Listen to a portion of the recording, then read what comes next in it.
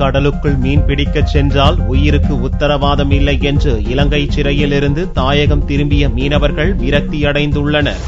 கடந்த மாதம் 29 மற்றும் ஜூலை 6ஆம் தேதிகளில் இலங்கை கடற்படையினரால் கைது செய்யப்பட்ட 37 தமிழக மீனவர்கள் மன்னார் நீதிமன்றத்தால் விடுவிக்கப்பட்டனர். சர்வதேச கடல் பகுதியில் இந்திய கடற்படையினரிடம் ஒப்படைக்கப்பட்ட 37 மீனவர்கள் வீடு திரும்பியுள்ளனர். இனிமேல் கடலுக்குள் மீன்பிடிக்கச் சென்றால் உயிருக்கு உத்தரவாதம் இல்லை என்று மீனவர்கள் தெரிவித்தனர். 28 கடல் போன போட்டு 8 மணி இருக்கு நேய் வந்து எங்களை பிடிக்கும் போது நாங்க நேயிட்டு பிடிக்கிற அளவுக்கு தப்பிச்சு ஓடணும்.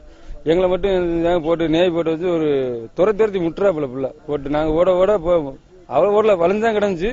எங்களை அணைக்காத அளவுக்கு போட்டு அட்டில வந்து முட்டுறாப்புல போட்டு புள்ள முட்டி அரை போட்டா தண்ணி ஆயிருச்சு. தண்ணியா தார போதுன்னு சொல்லி கத்துறோம். அதுக்கப்புறம் சொல்ல பண்ணிட்டு தாந்தா தாரட்டு அப்படின்னு சொல்றாப்புல.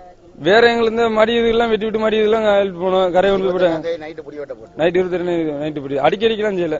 கரையை கொண்டு போய் போட்ட பொறுக்கு வச்சுட்டாப்புல. எந்த போட்டும் கேரண்டி கிடையாது. ஓனருக்கு எங்க போட்டு குத்துறாங்க கிடையாது. போட்டு ரொம்ப டேமேஜ் ஆகி கிடக்கு. சொன்ன அவங்க யாருமே எந்த ஸ்டெப்பும் எடுக்கல.